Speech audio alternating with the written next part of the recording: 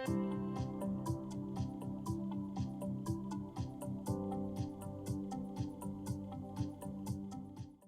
everyone. Welcome to the Tufts Research and Data Symposium for Food and Nutrition 2021. This workshop is Sustainability Metrics to Assess Diet Quality. Before we get started, I'd like to let you know that the session is being recorded. You're welcome to keep your cameras on throughout the session, but please mute your microphones unless prompted to speak during the Q&A session. I will also suggest to select speaker view in the upper right corner to highlight our speaker. With this in mind, let's get started. I'd like to introduce Dr. Naglaa El-Abbadi. Dr. Naglaa El-Abbadi is an adjunct lecturer in the Division of Nutrition Epidemiology and Data Science at the Friedman School of Nutrition. The focus of her postdoctoral work was the development of the Tufts Food Compass, a novel nutrient profiling system which involved an expensive and in-depth analysis of nutritional quality of foods, while also incorporating relevant non-nutrient considerations and health outcomes.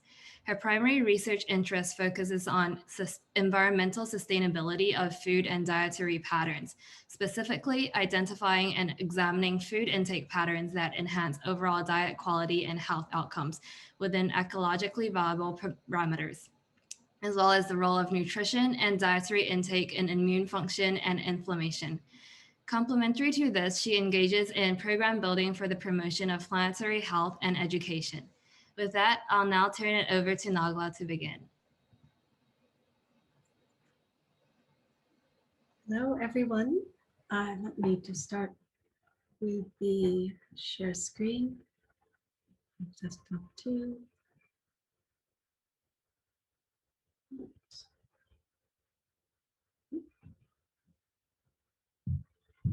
All right, do you see my slides or do you see my, I know, perfect.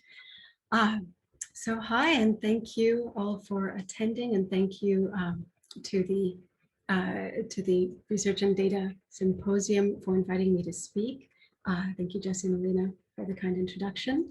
So my name is Naglaa El-Abbadi. I am an adjunct lecturer in Nutrition Epi and Data Sciences Division, and I'm so pleased to be giving this workshop here at the symposium at the Friedman School. So the workshop will be on the metrics of diet quality and sustainability, which brings together some work I did during my PhD on dietary environmental indices, as well as my postdoc work on food and nutrition quality scoring. So the first part, diet quality, we'll discuss through nutrient profiling systems for individual foods or healthy eating indices around whole diets. So this is fairly extensive. We'll cover that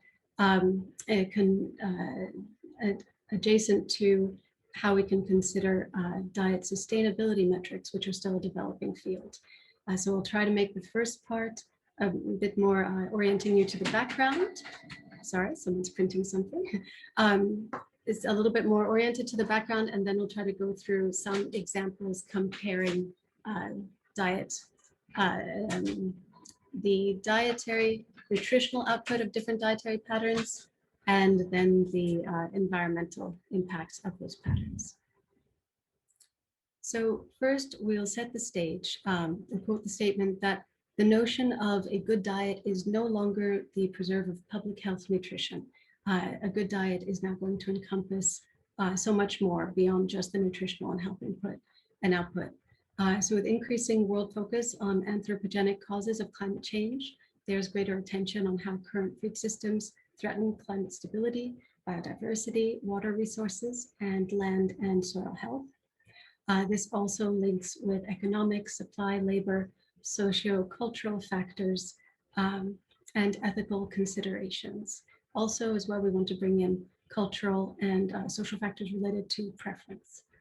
We need a multi-criteria approach in a way that we can acknowledge the necessity of transforming diets to address nutrition and health alongside sustainability. Because there's no universal overarching framework to construct or compare sustainable diets, it's critical to consider diet composition. And we'll take a look at, first here is a modeling study of environmental impacts of the healthy eating patterns of the dietary guidelines for Americans from 2015. So to orient you on what's being presented, I think you can see my cursor. In the figure on the left, you can see that, so this is comparing the US healthy eating, the healthy Mediterranean, and then a healthy vegetarian. We can see that on the left, the US and the Mediterranean patterns were closely matched for 4 out of 6 impacts assessed, with some difference in eutrophication. So looking at climate change potential, land use, water depletion, those tended to be relatively similar between the US pattern, the Mediterranean pattern, and then we start to see difference more with the vegetarian. And then depending on which impact we're looking at. To help us understand why that may be, you can see in the table in the middle why US and Mediterranean are so close. Well, when we see that the recommended weekly amounts for the healthy pattern at 2,000 calories per day, the most drastic difference across the 3 patterns was in the protein food amount. So this table in the middle. And you'll see that there isn't as much difference between the US healthy and the US Mediterranean style. The difference appears more in the vegetarian. So we're going to get to explore that with some of the data a little bit later on. You can see the figure on the right shows the variation in environmental impacts among the protein subgroup, which further demonstrates the importance of diet composition. However, in the dietary guidelines for Americans, this sustainability has not been addressed yet. There's been resistance for various reasons, but the dietary guidelines, this is important to consider as they provide the basis for national food programs and policies. And we've seen public comments where in the 2015 Dietary Guidelines Advisory Committee, out of about 29,000 comments, public comments received, 19,000 of them, or 65%, wrote on incorporation of sustainability, with the vast majority of those comments advocating for inclusion. In the 2020 DGAC comments, also at the time I made the slide, the summarized report wasn't out yet, but we know that about 14,000 out of 26,000 related to sustainability. Assuming the same as before that, we can reasonably expect the majority will be in favor. But there are assertions that the science is not sufficiently involved or that sustainable diets are too costly. But it should be noted that based on findings from Springman et al.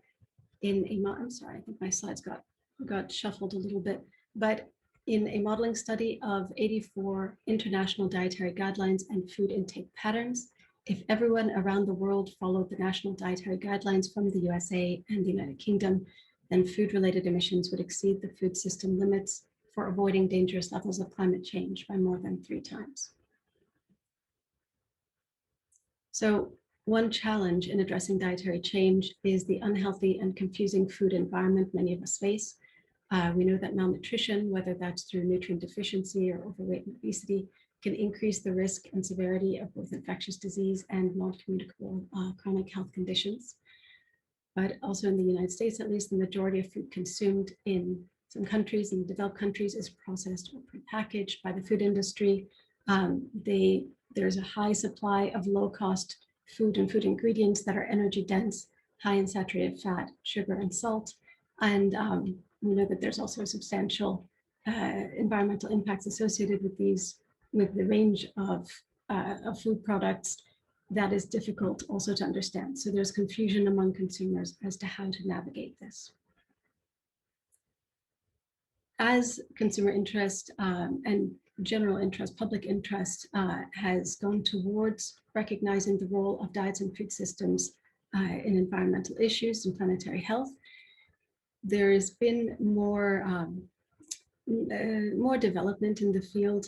There are companies and organizations that try to promote sustainable practices, which is great, but when there's no official guidance, there is room for alternatives that may not always be evidence-based or validated, and this can cause further confusion among consumers. So the goal now is to try to provide better, more comprehensive, standardized, validated, transparent guidance on foods and dietary intake that would be useful both to consumers and to policymakers. So with that in mind, we'll start with a review of nutrient profiling systems, which are intended as the qualitative assessment of the healthfulness of foods. as a basis for what we'll discuss with diet sustainability metrics. So NPS are defined by the World Health Organization as the science of classifying or ranking foods according to their nutritional composition for reasons related to preventing disease and promoting health. So NPS typically utilize scoring algorithms derived from dietary or nutritional guidelines from authoritative bodies such as the WHO, the USDA, the FDA, Dietary Reference Intakes, the European Food Safety Authority, etc. Some primary characteristics, they include nutrient or other foods to be scored, positive, negative, the evaluation design, regulatory approach. So one example here is this on the bottom is the UK traffic light system, which is a pretty direct, easy to understand visual front of package label, which shows you some nutrients of public health concern, or deemed to be of public health concern, the energy density, the sugar added or total, the fat, sometimes whether that's total or saturated, total fat and saturated fat, and the salt. And it'll give you this visual warning cue, like a traffic light. So we'll go through and break down nutrient profiling systems into this general framework on the left, talking about how it's done in various nutrient profiling systems, and then how that can relate to diet sustainability metrics as a guide. So in any scoring metric, we want to first establish the scope and principles. What is your goal in developing this metric? This profile, portfolio, score, and index. Are you ranking, measuring, testing associations, evaluating, etc.? We also want to have this scientifically grounded and determine at the outset some of the parameters. Is this going to be a category-based score, a threshold? Do we have a threshold-based approach? When we look at diet sustainability metrics, we're adding in a layer of complexity when you're looking both at the nutrition now and nutrition and diet, as well as environmental parameters. Do we want these in balance? For the foods, do we want to showcase as a warning? And what are some of the key elements that we want to highlight in this score? Because it can't always be, if it's good to be comprehensive as much as possible, but also important to show the variation in scores. So you can't just include everything. You want to show where there's differentiation. Something you'll consider in an NPS is what will it cover? Will it cover all the foods, or will there be exclusions for baby foods or alcohol or specialized sports or training foods, etc.? How will those food groups be categorized? For example, do you want to put plant-based milk with the dairy category or with nuts and legumes? Would we really put ketchup with vegetables, etc.? And then once you have these food categories, you can evaluate, are they going to be looked at differently? Because the majority of NPS right now do evaluate differences based on which food category, because you'll look at, for example, you might give some grace and saturated fat towards the cheese group that you wouldn't give in some other groups. So this to show, actually I'll go back inside. So then the priority categories, well, in the diet sustainability metrics, we are looking also, what are those priority categories? How are they being assessed for the food? And then what additional dimensions we'll be adding? So this was taken from a review by Holstrom et al. It provides great information on diet quality scores that sought to assess sustainability of food products alongside human diets. And so they looked at, towards the right, the dietary focus, whether each of these different studies, when they're looking through the methodologies of how they combined the environmental and nutritional assessment, whether they looked at the individual food items, single meals, or complete diets, which was the majority. And then for the environmental categories, which ones were brought in. The majority are climate and greenhouse gas emissions, largely because these are most easily quantified, most easily and commonly quantified and frequently because these are, it's easier to capture the energy inputs and outputs, but also land use, water use, and much of this data is developing and growing in terms of breadth, width, and detail and scope. So there's more to study. Also, I'll just give a shout out to an upcoming systematic review I'm looking forward to reading once it's released. Also sort of updating some of this, capturing some additional work, similar work. So in NPS, for the selection of attributes, the most common among NPS is to have nutrients to limit and / or to encourage. A lot of times, since these are focused on public health nutrients of concern, they'll focus on the ones that you want to be warning about, but also many do address nutrients or minerals to encourage for the population. There's also more consideration now of food ingredients, whether they're food groups as a whole, to encourage if they're healthful, if they're neutral, if they're harmful, and the food composition itself, especially for a mixed food. Some additional things to consider in nutrient profiling systems that are expanding, to look at some non-nutritive attributes such as phytochemicals, the presence of pre or probiotics, whether the food is fortified, and you can decide, or there's some decision about whether that would be a good thing or a bad thing. Can a food product, well, if it's fortified, it's processed, is the company basically inflating the score by adding in some nutrients, some of which already got stripped through the processing, etc. But at the same time, fortification is an important public health need sometimes, or often. There could be other additives, such as artificial, natural food colorings. The level of food processing, ultra-processed foods is certainly gaining a lot of interest now for their role in health issues. And of course, we're going to consider the environmental and social sustainability and some factors around that, such as whether you want to consider if it's a GMO, if it's an organic, etc. So that's just for the nutrient profiling. When we want to look at sustainability, there is a great amount of dimensions that we can take a look at. So this was the most comprehensive list I've encountered. It's all found in one article from Jones et al., a systematic review of the measurement of sustainable diets. So clearly each of these has been measured in some way or another. So on the left, the most common environmental indicators out of the study, I forget how many were included. A little over almost 100 then. The vast majority included greenhouse gas emissions. About a third had land use, energy use, and a little less than 20% had water use. But then you can also look into things about eutrophication and some of the more specific environmental parameters that can be captured in life cycle assessments or business practices. So you can look at as eutrophication, acidification, human effects and toxicity and ecotoxicity, ozone depletion, etc. And then in these studies, they also showed the indicators of health and diet. So for example, consumption of meat and dairy got addressed in about 30%, whether those included animal source foods, animal agriculture, etc. For diet quality, they looked at whether you met adequate nutritional needs, overall diet quality, protein availability in your diet, etc.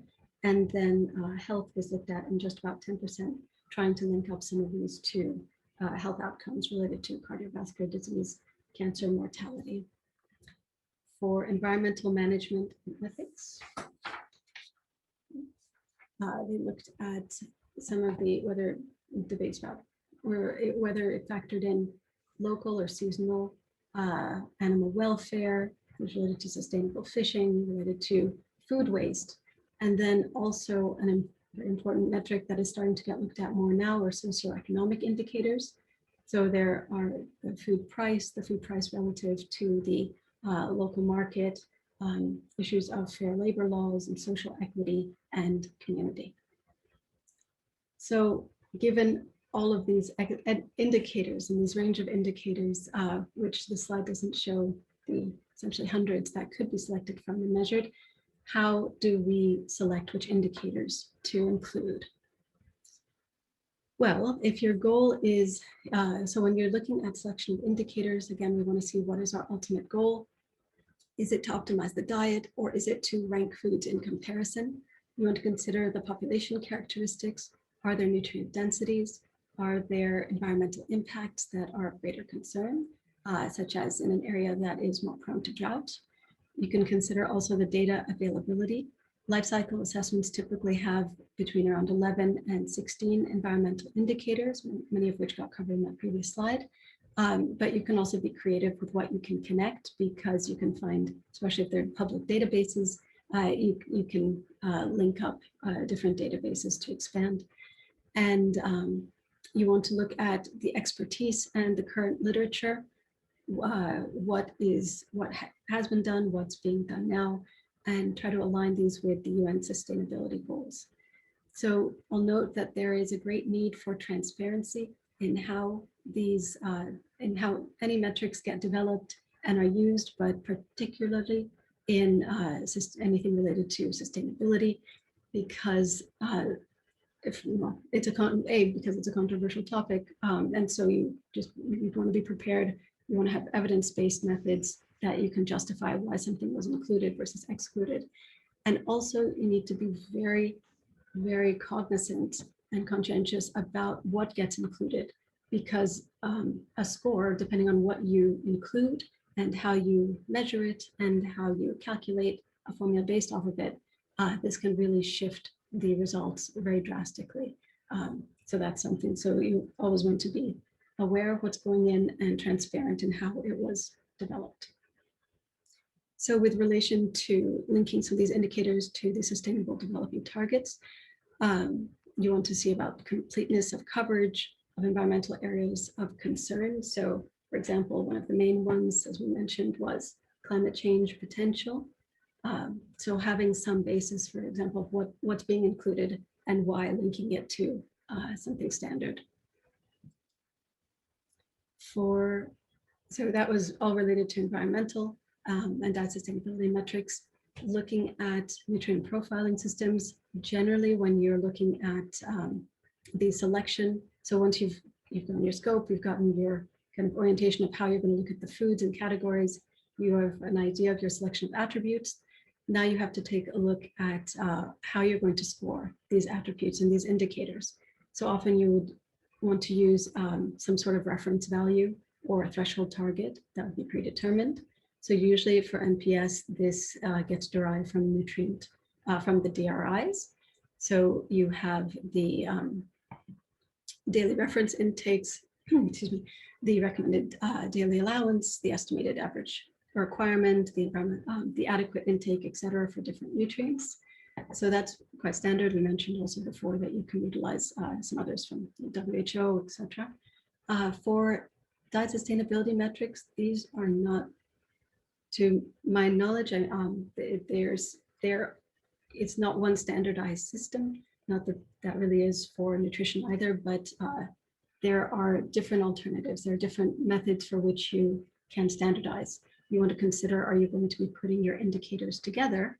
So do you need to do you keep them separate where they each have their own units, their own scales, or are you trying to combine them? In which case you standardize them relative to each other, something like a Z-score, some form of normalization within the data, or if it's possible, some sort of international reference. Another very important point is the selection of the unit base, or whether nutrient profiling systems or diet scoring metrics.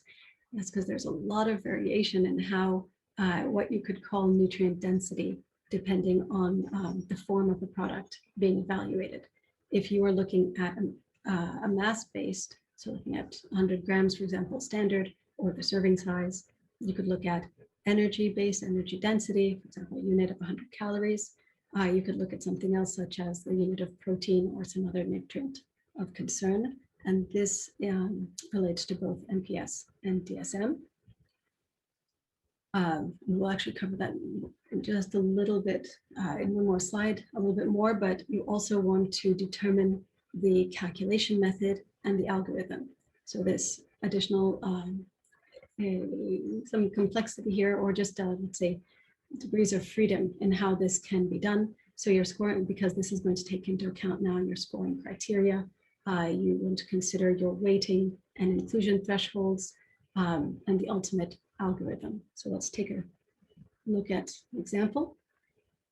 So I know there's a lot of text on this from this table, but that's because, so it does look a little bit complicated, but that is because in the single diagram from Jernowski and Fulgoni, it's presenting many different formulations of nutrient profiling systems, each with a distinguishing point, which we'll go through. So just as we spoke about a moment ago for the scoring unit, when we're looking at it's per 100 grams, or if it's using an energy density per 100 calories, or if it's looking at the RACC, which is the reference amount customarily consumed. So that's one thing off the bat that you can have a single score that varies based on those 3 units of assessment. For the RACC, it's interesting because it's nice to have a realistic serving size, and it's realistic, but it's still mass-based, so it's very easy to work with. A lot of food products are already, the data is already provided per 100 grams or something like that. However, you're not, and then also you're not comparing like 100 grams of beef to 100 grams of fresh spinach, and there's issues about water content, etc. But at the same time, these amounts are going to be highly variable on an individual basis of what could be considered a serving size. And so then you run into problems of consistency. So to consider what form of assessment you're going to use. There's also here the consideration of the nutrient rich or the positive or beneficial nutrients compared to something, a standard like the recommended daily value. You can have an assessment of limiting nutrients, ones that are considered unhealthy or otherwise advisable to limit intake of, and compare these. And you can have those two scored either individually or in combination. So when they're scored in combination, you can consider if you want to then calculate as the sum of the positives and negatives as the mean value of each and take the difference, or calculate as a ratio. So each of these methods has its benefits as well as its drawbacks. For example, for the sum, how many nutrients are you scoring? Can you adapt the model to add more in either nutrient rich or the limiting? For when you're taking the mean, do you include 0 or very low values? Is there a threshold level to be counted? When you're doing a ratio, which is how I did my score and came to regret it, you have to have the variation in each, in the numerator and the denominator has to be very close, very close in equivalency. Otherwise, you have one score driving, or one component of your score can be driving the overall score. So there's trade-offs for each method. So this was from, was this to say, yes, from the Hallstrom paper, which really just gives some great breakdown of the diet sustainability metrics methodologies. So just as we spoke about, you can have a ratio between the nutrient and food content and a reference amount for the qualifying or disqualifying nutrients or foods. You can score based on fulfillment of certain positive or negative criteria, such as adherence to guidelines.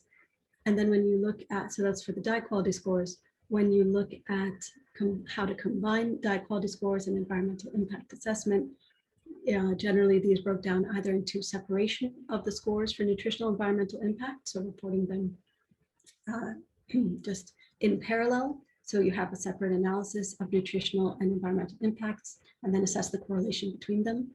You can have the optimization of meals and diets based on both nutritional and environmental impact. Or you can try to do this in combination, which is what I've worked on. And that's when you can look at, for example, the environmental impact divided by some diet quality score or vice versa. So putting one in the context of the other, or have some form of an integrated score based on both environment and nutritional impact.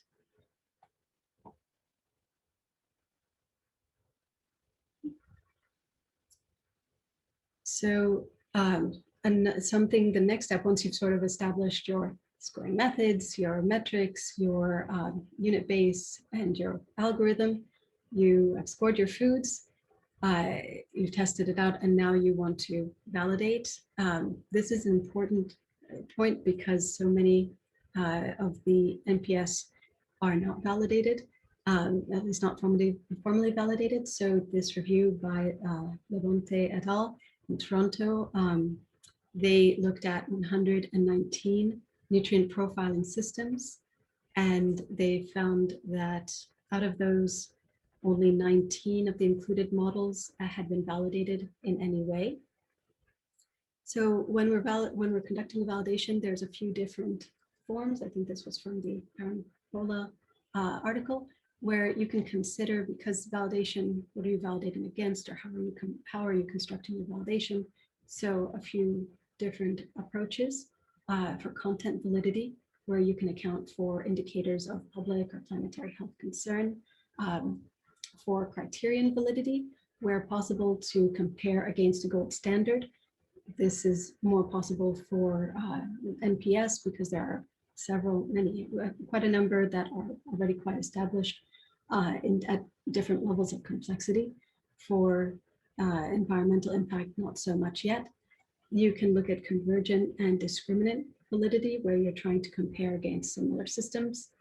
And you can look at construct validity, where you're trying to evaluate your metric against diet quality indices scoring in a population, in the population's dietary intake data.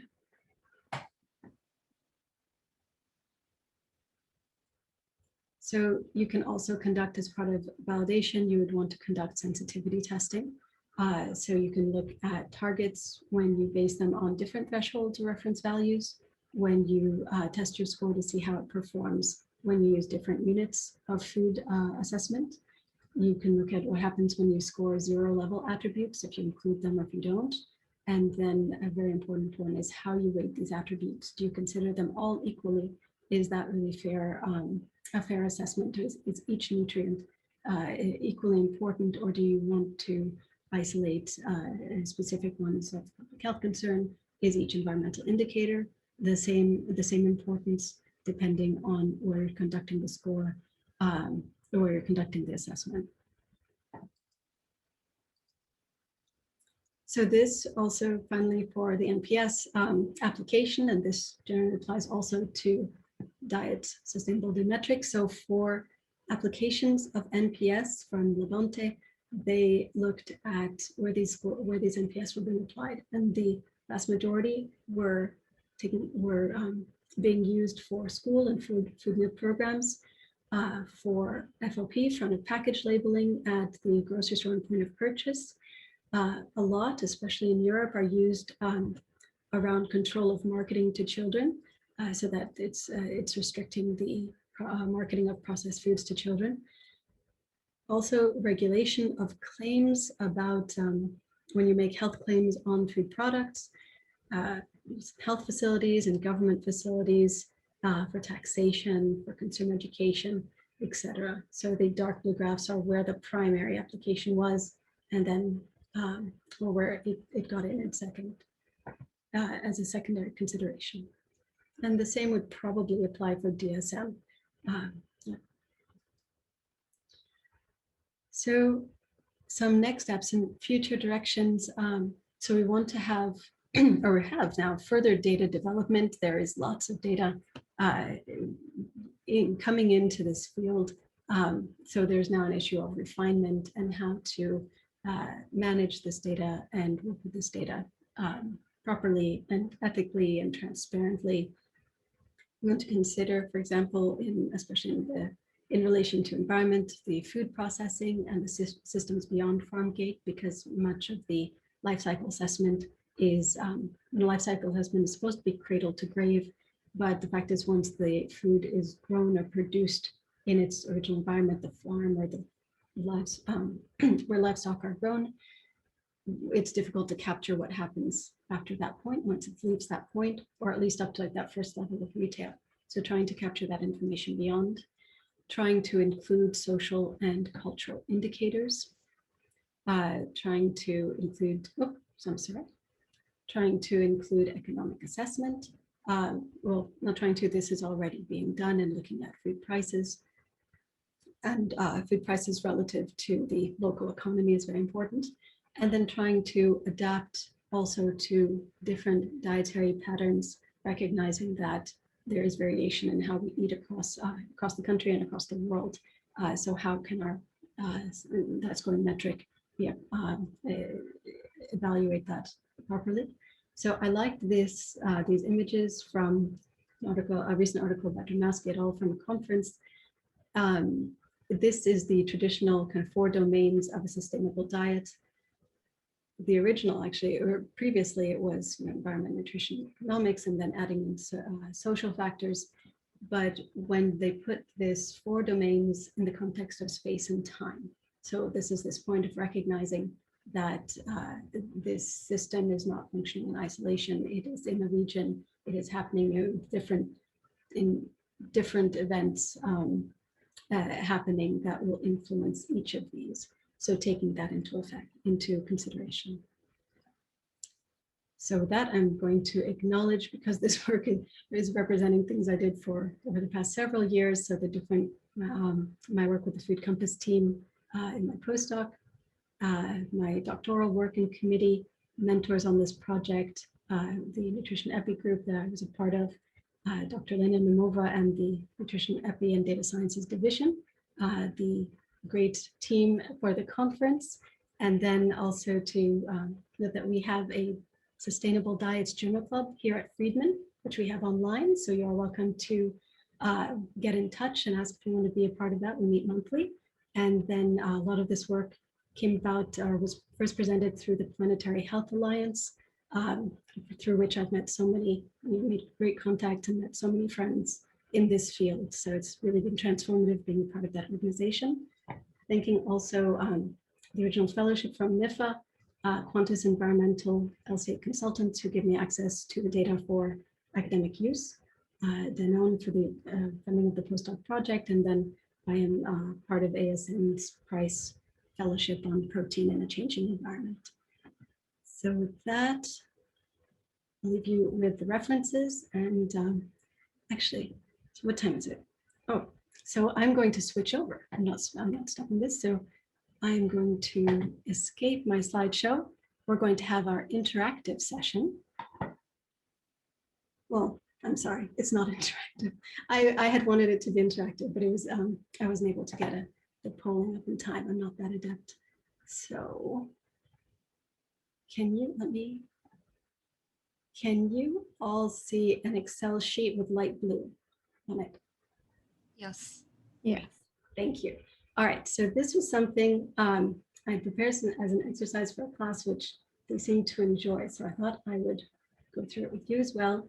So because my work was on, when we have looking at the NHANES foods, about 8,000 foods in NHANES, we do public databases, we can kind of break those down into the food components. So my doctoral work was matching these up to their environmental impact and then scoring, giving a dietary environmental index of the nutrient profile and nutrient density in the context of an environmental impact score. So these, for today's session, I listed out about how many? 300 or so foods to select from, listing out some key nutrients, the ones that get assessed in that diagram I showed you, the table of the nutrient-rich foods index, and then also adding in what we calculated for total climate change, total land use, total water depletion, and marine eutrophication. I apologize, I forget what the units for each of these are, but this is per 100 grams of food. So then what I wanted to do was have some polling so that you could help me decide, like we could construct some of these diets together. So forgive me, these are pre-constructed. I wanted you to be able to visualize some of the changes between having an omnivore diet, you can see at the bottom of the screen, an omnivore diet, proletarian, so just chicken or red meat, pescatarian, so just fish, no chicken or red meat, lacto-ovo-vegetarian, so vegetarian but allowing for dairy and eggs, or vegan. And then we'll look at what are the final calculations. So just to briefly walk through, for the omnivore, I selected out for breakfast, there might be having eggs and spinach and blueberries. For lunch, they went with pizza and a milkshake and some salad to be healthy.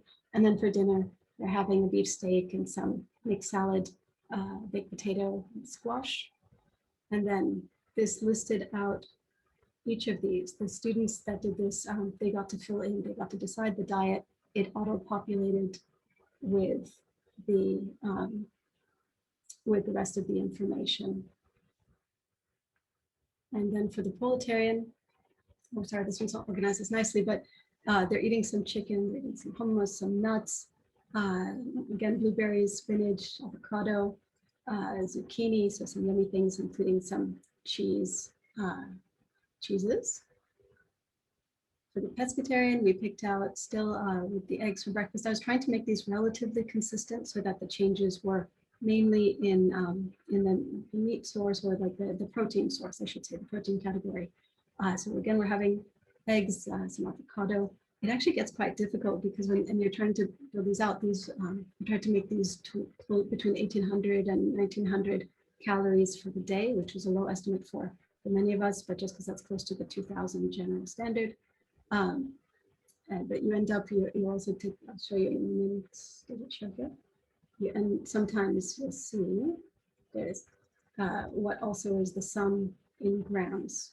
So just to show a quick difference, for the omnivore, the total diet, oh, I didn't finish the omnivore because this is only 1,400, something that we need the calculations. So that's a little bit of a low scale, but they had 1,200 grams for the day.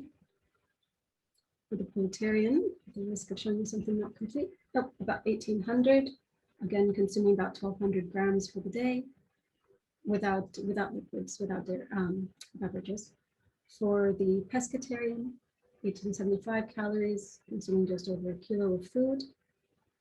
For the lacto-ovo-vegetarian, they're having eggs for breakfast, they're having some yogurt, so no meat in this meal. There's hummus, there's veggies, there's cheese because it's lacto-ovo-vegetarian, and they are consuming about 1,200 grams for 1,800 calories. And then for the vegan now, we've removed any dairy, any egg product, and they have the largest, they're consuming the most food in mass, and then this one a little over on the calories. But so now let's take a look. So this was the construction of this diet. The students got to have some fun with it. And then this is what we came out with. And we don't need to be quite so zoomed in because we just want to see the overview. So when each of those diets, an omnivore, vegetarian, pescatarian, lacto-ovo-vegetarian, and vegan were kind of, this was the summary values mentioned, the sum in grams, the sum of the daily sum of calories, and then the specific nutrients that were being consumed from the day's meals, and then the direct environmental impacts. Also here, okay, so what we see is that, sorry, 1 second.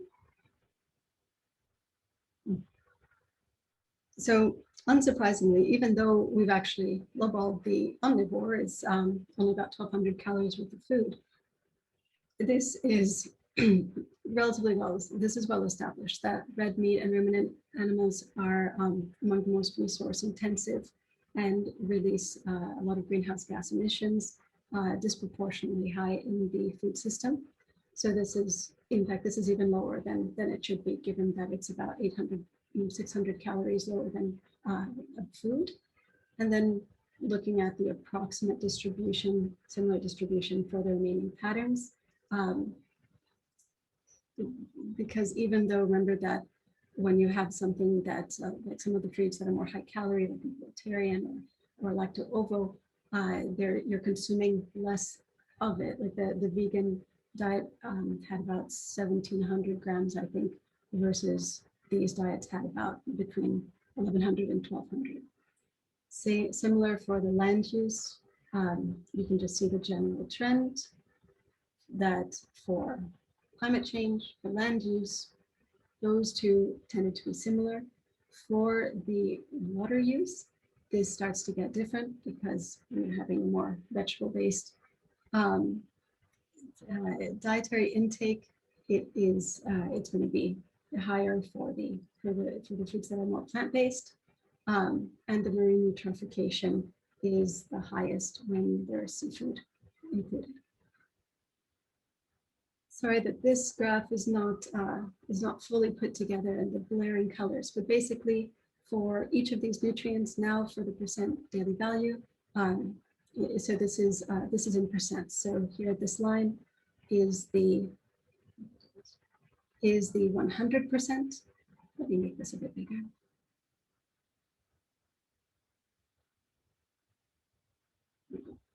So let's adjust my 100% marker. So the blue is the omnivore, red is proletarian, yellow pescatarian, green lacto-ovo-vegetarian, and red vegan.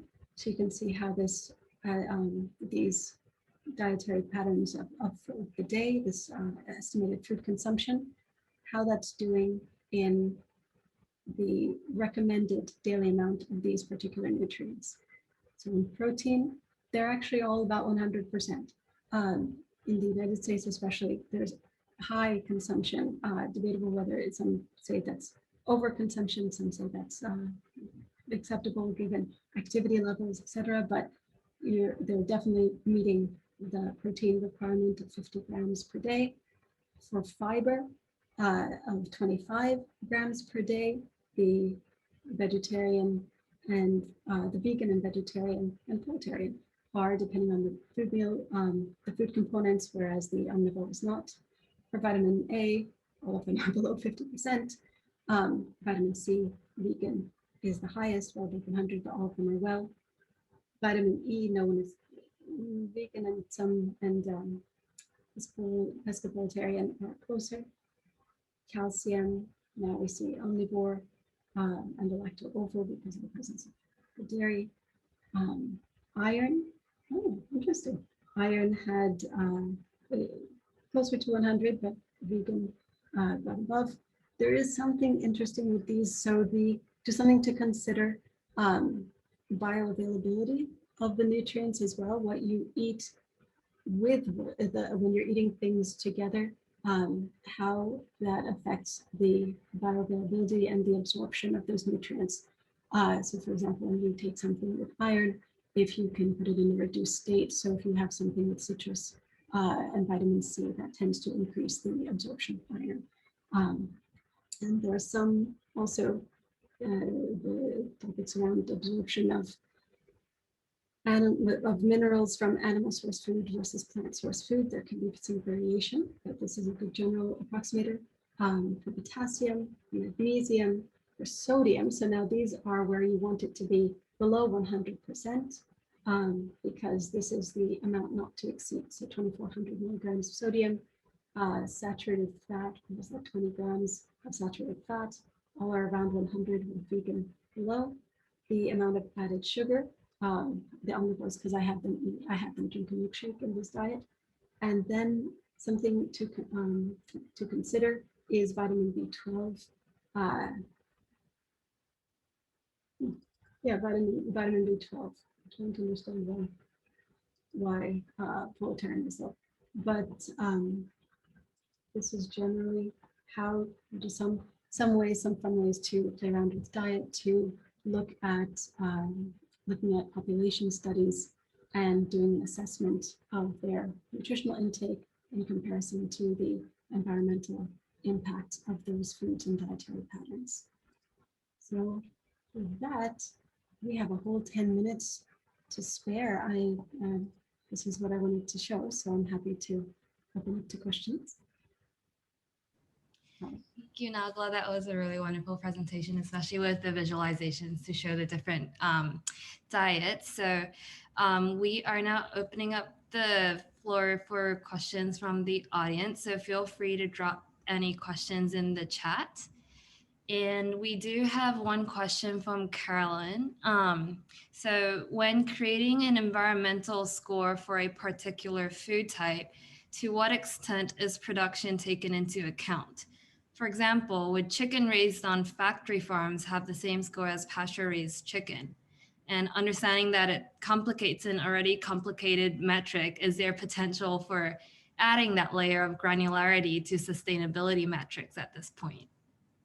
That's an excellent question, Carolyn. So yes, at this point, we're at the mercy of the data that's available. So some, all right, so some people who may be familiar and have conducted life cycle assessments, there are various databases from which you can get the data, and sometimes they will be at that specific level. But as I mentioned earlier, a lot of times it's just to the farm gate, and there's you're very limited on just the data availability. So you might say, well, I'm going to have, this chicken, it only presents to me, chicken meat. And it's produced in this country. So the layer that you're talking about, some life cycle assessments might include that. It's not my area of expertise, but what I would probably say is that it's a lot of times easier to break things down into components. So adding in that level of complexity. So chicken produced, and then what varies when it's produced in what environment. So you add that in, just one more checkbox. If it's this environment, it gets this value. If it's that environment, that value for finalization or production or processing. Does that answer the question? It does. Thank you very much. Okay, so do you have any more questions from the audience at this point?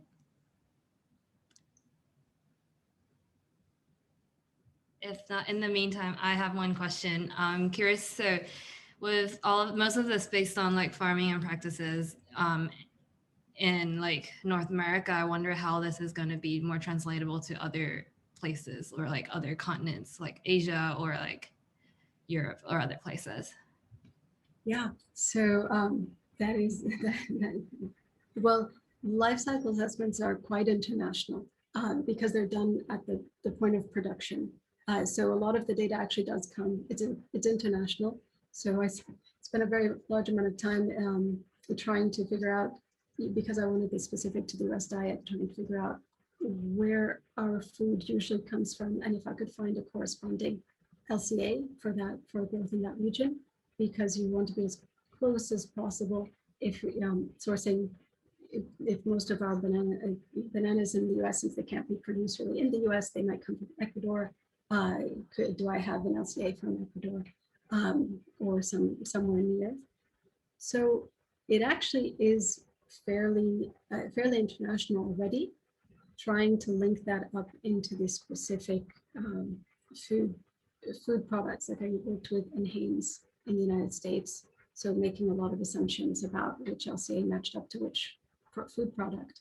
But I worked with someone who, the opposite, working with food in Indonesia and trying to match up as close as possible to things that were produced there that are consumed there.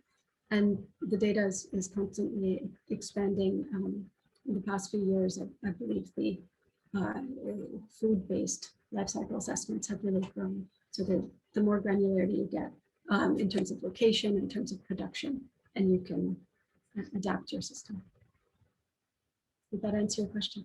Definitely, yes. Thank you. Okay, I'm just checking in the chat here.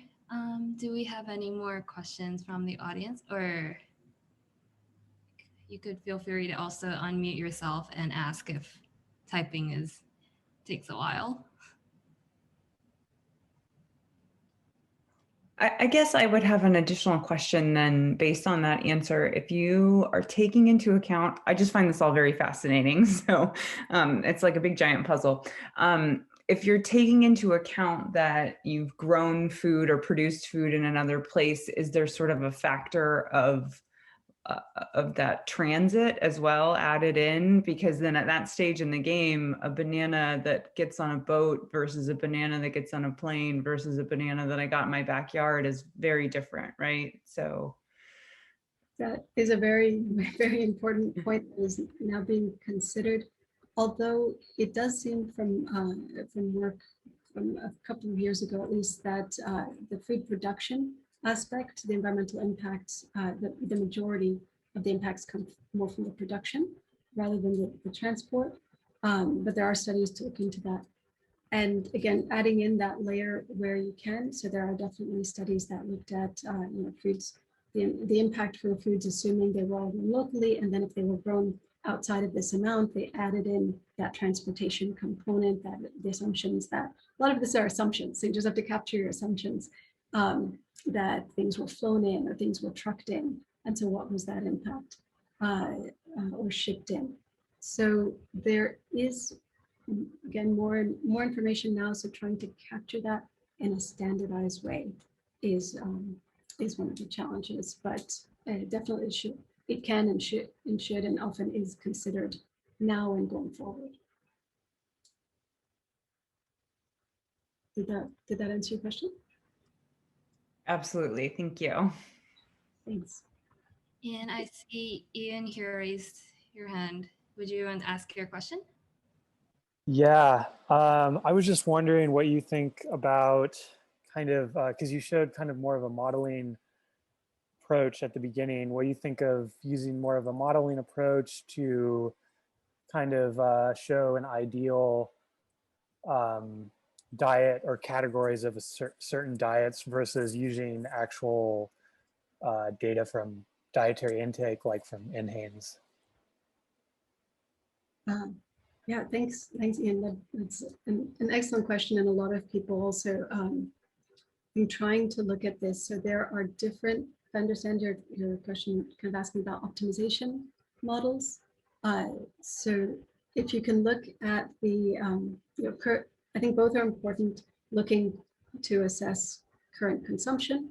And you can do that with NHANES or any population-based dietary intake.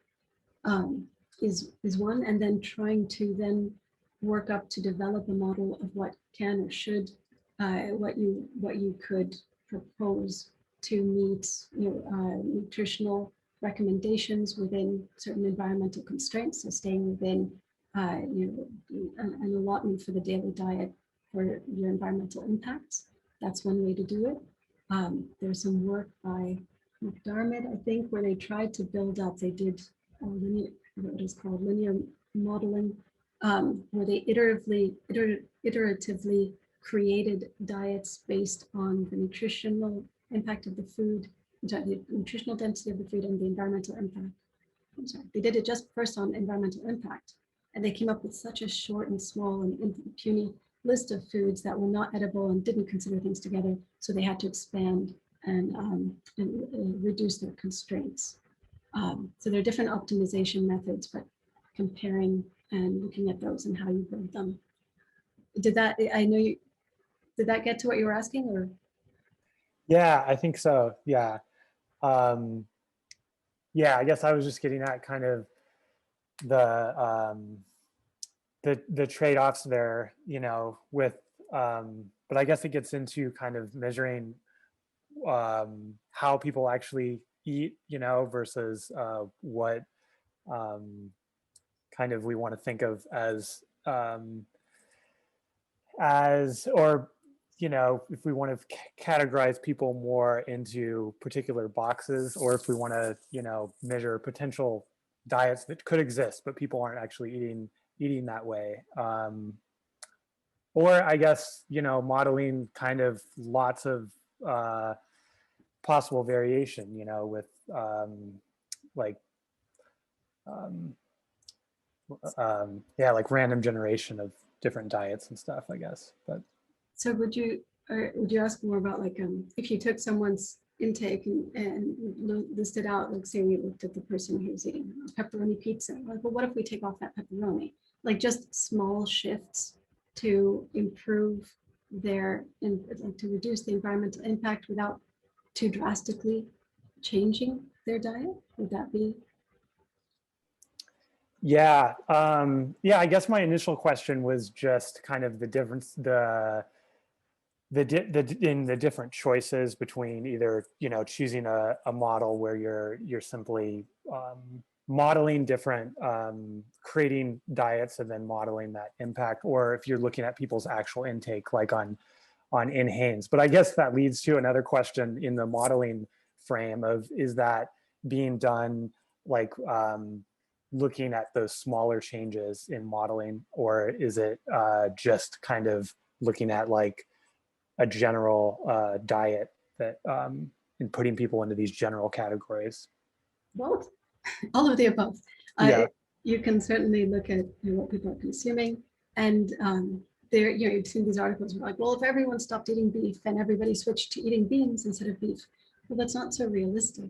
So it's not going to change so dramatically all at once. But when you just build up smaller shifts, at least my personal views, if you build up smaller shifts and you change kind of the landscape and the perception and people's awareness of the issue, so that those smaller shifts, they adapt to them, and then they might consider others. We did a study. My friend was looking at in the ADAPT study with the HMSCA, the approaches to diets for personal taste, where a lot of people in that study were either vegetarian or vegan or the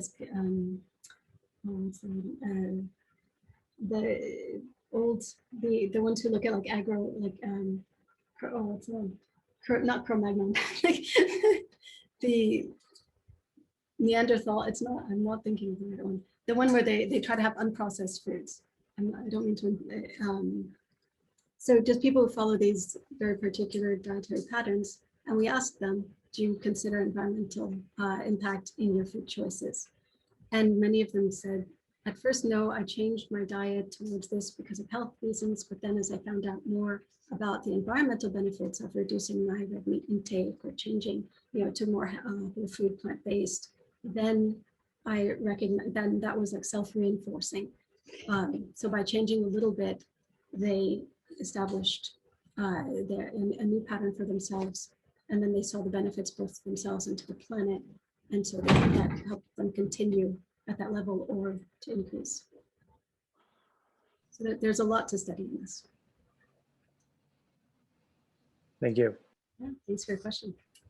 Well, thank you for the wonderful questions and the presentation, Naglaa.